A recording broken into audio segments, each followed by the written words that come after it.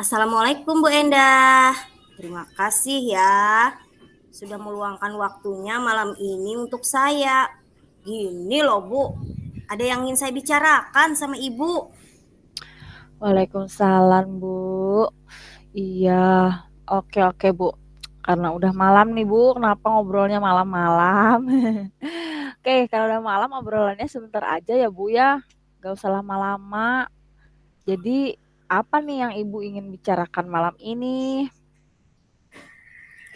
Begini Bu, kondisi sekarang ini kondisi yang semuanya menjadi tidak menentu karena jalan yang tidak bisa dilewati untuk menuju ke sekolah kami. Itu karena hujan lebat, Bu, menjadi berbahaya bagi anak-anak untuk berangkat ke sekolah. Hal ini menjadi alasan murid saya untuk tidak berangkat sekolah dan akhirnya saat dia di rumah pun tidak belajar. Seperti itu sih Bu yang ingin diobrolin malam ini. Oh, gitu ya. Jadi, daerah Ibu ini sekarang lagi banjir. Kemudian murid-murid Ibu enggan belajar di sekolah karena terkendala jalan yang susah dilewati gitu, Bu. Selain itu, ada lagi nggak, Bu? Saat ini sekolah kami mencoba dengan cara pembelajaran daring.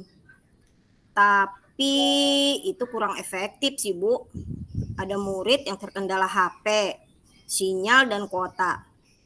Hal ini menyebabkan motivasi belajar siswa itu jadi menurun. Gitu. Oke, kita cuma punya waktu pendek nih, Bu. Dalam obrolan kali ini, apa yang ingin Ibu dapatkan? Hmm, karena saya ingin sekali murid-murid saya yang terkena dampak banjir ini memiliki motivasi belajar yang tinggi. Meskipun terkendala jalan yang terendam banjir, mereka tetap harus belajar meskipun tidak datang ke sekolah. Oh, oke. Jadi supaya murid Ibu itu tetap belajar intinya ya, belajar di rumah walaupun nggak ke sekolah gitu kan, Bu ya? Iya, Bu. Supaya motivasi belajarnya tinggi, supaya dapat mengerjakan dan mengumpulkan tugas yang diberikan guru. Jangan sampai ya tingkat kehadiran dan pemahaman akan materi pelajaran itu menjadi tertinggal dari murid lainnya saat pembelajaran secara daring. Oke. Nah, kalau dari pengamatan Ibu nih, murid yang dikatakan memiliki motivasi belajar itu yang seperti apa, Bu? Hmm, murid yang dikatakan memiliki motivasi untuk belajar secara daring itu apabila mereka aktif merespon di grup WhatsApp, hmm, baik bertanya maupun mengerjakan tugas yang diberikan. Mungkin seperti itu, Bu. Oh, iya, betul juga ya. Jadi aktif gitu ya, Bu ya. Sering bertanya, mengerjakan tugas. Memang harus begitu ya kalau aktif. Terus eh, kira-kira selain itu ada lagi nggak, Bu? Apalagi ya? Mungkin memiliki catatan materi di bukunya, Bu. Mungkin seperti Oke. itu. Hmm. Jadi ada 4 ciri ya yang Ibu sebutkan tadi. Aktif, bertanya, mengerjakan tugas, mencatat materi. Yang ideal sepertinya gitu ya. Oke. Kalau yang ideal itu misalnya ada di angka 10. Sekarang kira-kira murid Pujanah yang belajar daring kalau dari angka 1 sampai 10 berada di angka berapa Bu dalam pencapaian tujuan motivasi belajar tadi? Hmm, beragam sih ya Bu ya. Kalau dirata-ratakan ada di angka 5. Bingung juga saya Bu. Oke oke. Posisinya ada di angka 5 ya. Jadi menurut Ibu, apa kendalanya sehingga ada di angka 5? Mungkin karena faktor keluarga. Bisa juga lingkungan Bu yang berpengaruh. Ada juga murid yang tidak punya HP, terkendala sinyal yang jelek, dan mungkin juga tidak punya kuota.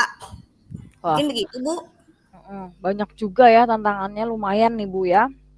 Ya. Oke, nah Ibu sendiri kalau di angka 10 itu karena banyak tantangan ya, kayaknya agak susah ya Bu ya dari angka 5 mengejar ke 10 itu.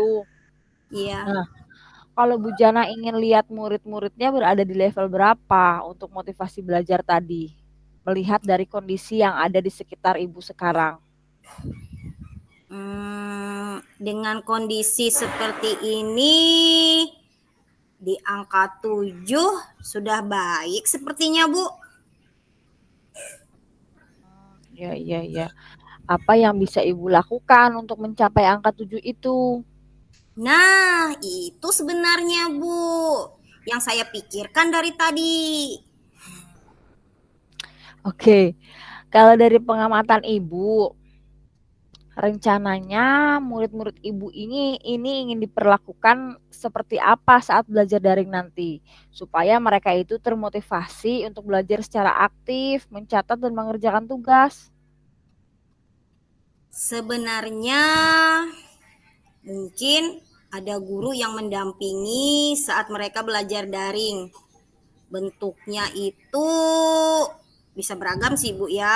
Salah satunya berkelompok. Oh, jadi berkelompok di daerah tertentu gitu ya, Bu ya. Jadi Iya, perlu pendamping juga ya, dan tempat otomatis ya. iya Bu. Guru pendamping yang tugasnya menemani belajar murid yang tidak bisa datang ke sekolah. Kemudian dikumpulkan di salah satu tempat, bisa di balai desa atau di sekolah dasar terdekat atau bahkan bisa di majelis taklim. Kemungkinan yang dapat dilakukan dalam waktu dekat ini yang mana, Bu? eh, yang dapat saya lakukan dalam waktu dekat ini mungkin mengumpulkan guru-guru ya Bu untuk berkoordinasi dan membahas guru pendamping belajar murid yang belajar jarak jauh begitu. Selain itu, kira-kira apa lagi? Kemungkinan mengelompokkan murid yang berdampak banjir sesuai zonasi dan menghubungi kepala desa setempat. Nah, kira-kira kapan hal tersebut dapat Ibu lakukan? Ya, minggu-minggu ini kali ya Bu, harus secepatnya. Oke. Eh, yang dapat membantu Ibu kira-kira siapa? Mungkin para wali kelas Bu. Oh iya, oke. Ya, oke. Kira-kira apa yang Ibu dapatkan dari obrolan tadi? Ya, yang saya dapatkan dari obrolan ini adalah pencerahan dari Ibu ya. Yang awalnya tadi saya kebingungan harus berbuat apa supaya murid-murid yang terkena dampak banjir ini masih memiliki semangat belajar meskipun belajarnya jarak jauh dengan cara berkelompok tadi ya Bu dan menugaskan guru pendamping. Iya, oke kalau begitu. Berarti solusinya sudah ketemu ya, tinggal Ibu melaksanakan apa yang sudah Ibu utarakan ya. Kalau kalau begitu kita ketemu lagi minggu depan ya Bu ya. Saya ingin mendengar lagi cerita Ibu setelah berkoordinasi dengan rekan-rekan sejawat Ibu. Oke Bu, terima kasih ya. Wassalamualaikum Bu Endah. Ya, waalaikumsalam Ibu.